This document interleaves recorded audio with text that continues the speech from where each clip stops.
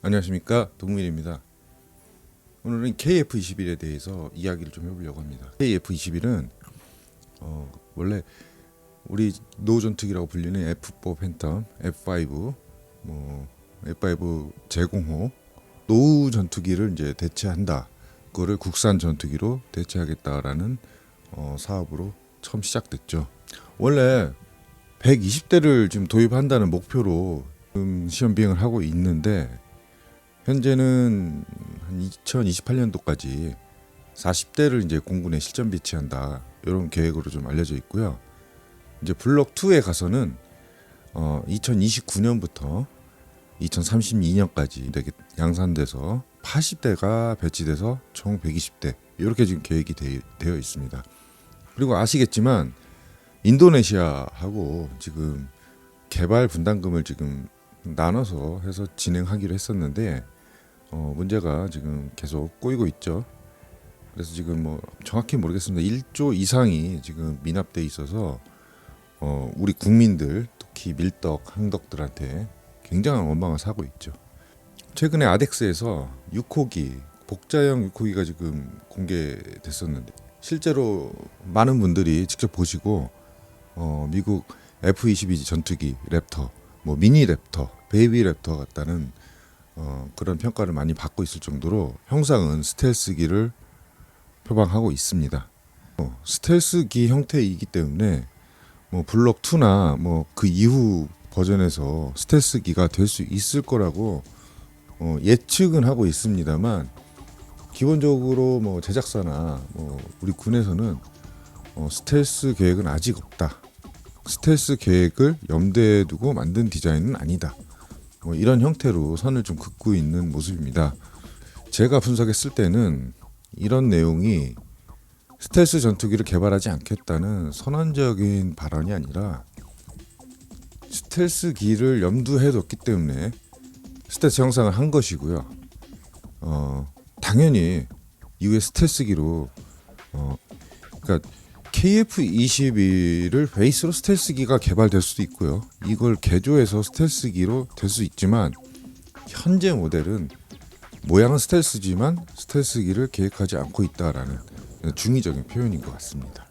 KF-21은 어마어마한 개발 속도를 보이고 있죠. 근데 사실은 알고 보면 첫 시작은 1999년에 시작됐죠.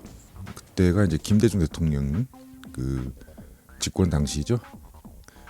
그때 개발이 됐으나 이게 지금 사업비가 어마어마하게 투입이 되다 보니 다른 선행 사업, 예를 들어서 F-15K 도입이나 또는 F-35 도입 이런 것들에 밀려서 표류를 쭉 해오다가 2003년 정도 돼서 이제 선행 연구가 들어갑니다.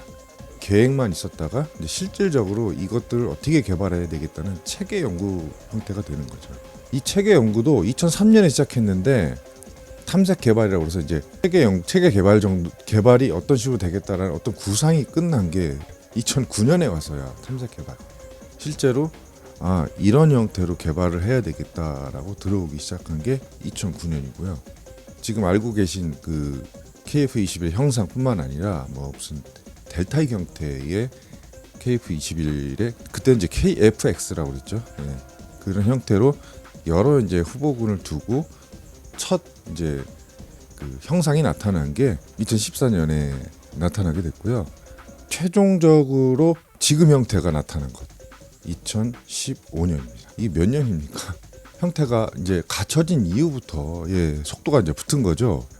그것조차도 이제 레이더 같은 경우, 또 엔진 같은 경우, 이런 같은 경우는 자체 개발이 안 되기 때문에 해외 파트너하고 협력하는 방향으로 어쩔 수 없이 이제 미국하고 이스라엘하고 이런 형태로 개발하게 됩니다. F-35 스텔스 전투기를 그때 당시 이제 40대 도입 계약을 하면서 전투기의 어떤 KF-21 개발하는데 기술을 제공해 달라라고 요구를 했고요. 쉽게 안 주죠, 미국인데. 그래서 결국은 A사 레이더는 일단 미국에서 받지 못했고요.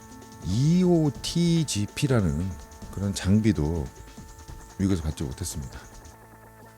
그 대신에 이제 비행 시스템이나 뭐 이런 것들은 받은 것 같고요. 가장 뼈아픈 게 이제 무장입니다.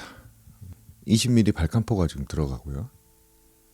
공대공 단거리 미사일 적외선이죠 보통.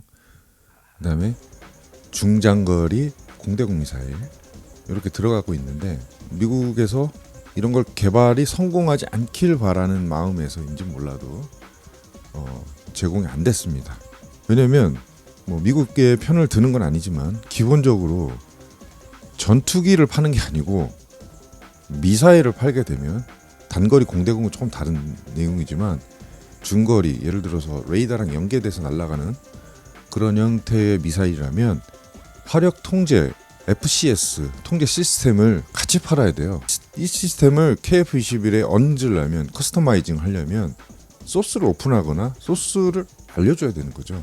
그런 문제에 한계에 봉착하기 때문에 발을 뺀 거라고 볼 수 있고요. 이거는 확인되지 않은 사실이지만 FA50 같은 경우는 F-16 블록 32 이상급으로 개발이 못하도록 아마 명시돼 있다는 뭐 비밀 명시겠죠. 예, 명시돼 있다는 이야기를 많이 들었습니다. KF-21도 아마 그런 연장선에서 본다면 충분히 어떤 선에서 개발하지 말라. 아까 말씀드린 뭐 스텔스기를 만들지 말라. 뭐 어떤 가이드라인이 아마 있지 않았었나 싶습니다. 지금 상당 부분 미국제 기술이 들어갔고요. 아덱스에 가시면 뭐 의뢰리한 뭐 하나 부스도 있었고 카이 부스도 있었고 LIG 넥스원 부스 이런 데 가보시잖아요. 당연히 우리가 개발한 무기 체계도 있지만 그들이 KF-21의 제작에 관여하면서 문제는 자체 자기 기술보다는 이미 개발된 그러니까 개발하는데 시간이 오래 걸리기 때문에 개발된 기술을 고도화시켜서 KF-21에 장착하는 그 임무를 아마 한 걸로 알고 있습니다. 다시 무기 얘기로 돌아가면 일단 공대공은 국산이 안 됩니다. 무장 관제 시스템 아까 FCS라는 그 시스템을 개발해 본 적이 없기 때문에 실제로 주력 전투기 쓰일 거기 때문에 처음에는 아마 우리 FCS를 국산화하기 전에 유럽제 무기를 달아서 FCS를 발달시키는 그 과정까지는 유럽제 무기를 쓸 수밖에 없다. 저는 그렇게 추측하고 있습니다. 우리 공대공 단거리 미사일은 IRIST라는 그 적외선 미사일을 갖고 있고요. 우리가 알고 있는 중거리 미사일은 미티어 미사일. 그렇게 해서 아마 지금 인티하는 걸로 사실 사업 초기부터 많이 미국제 무기를 탑재하기 위해서 일단 접촉을 했는데 결국은 좌절된 것 같고요. 다행인 건 미국제 무기를 달지 않았기 때문에 제3국의 어떤 판매 전략을 하기가 좋다.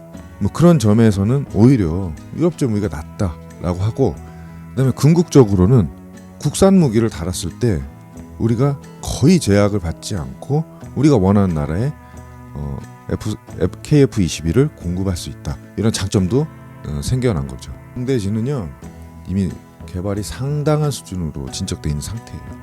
오히려 공대공 미사일을 통합하는 것보다 공대지, 폭탄, 뭐 장거리 미사일 뭐 이런 것들을 장착하는 게 훨씬 더 빠르고요. 시간은 더 오래 걸립니다. 왜냐하면 어떤 무기든지 기체에 달고 장착해보고 투하하고 정확히 맞는지 확인하고 그다음에 각종 조건 비가 온다든가 날씨가 덥다든가 날씨가 춥다든가 또는 뭐 저고도에서 고고도에서 초고고도에서 이런 여러 가지 상황을 가정해서 테스트를 해야 되기 때문에 아마 시간은 더 많이 걸릴 거고요. 지금 공대공보다 훨씬 더 빠르다는 이유는 이미 우리 KGGB라고 그 GPS를 통해서 날리는 항공 폭탄도 지금 개발돼서 실제 운영하고 있고 그다음에 이제 타우루스 같은 경우도 기술 제휴를 해가지고 KF-21에 인티하는 데는 큰 문제가 없는 걸로